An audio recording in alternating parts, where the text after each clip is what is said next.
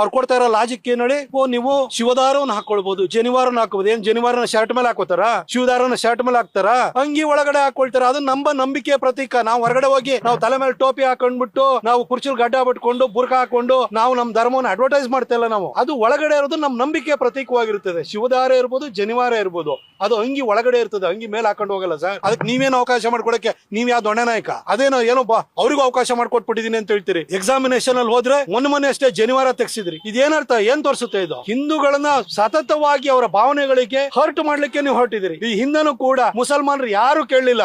ಯಾಕಂದ್ರೆ ಮುಸಲ್ಮಾನರಿಗೆ ಅವರಿಗೆ ಕುರಾನ್ ಅಲ್ಲಿ ಏನ್ ಹೇಳಿದೆ, ಅವ್ರ ಧರ್ಮ ಏನ್ ಹೇಳುತ್ತೆ, ಹದೀಸ್ ಏನ್ ಹೇಳುತ್ತೆ ಅನ್ನೋದು ಅವ್ರಿಗೆ ಸ್ಪಷ್ಟವಾಗಿ ಗೊತ್ತಿತ್ತು.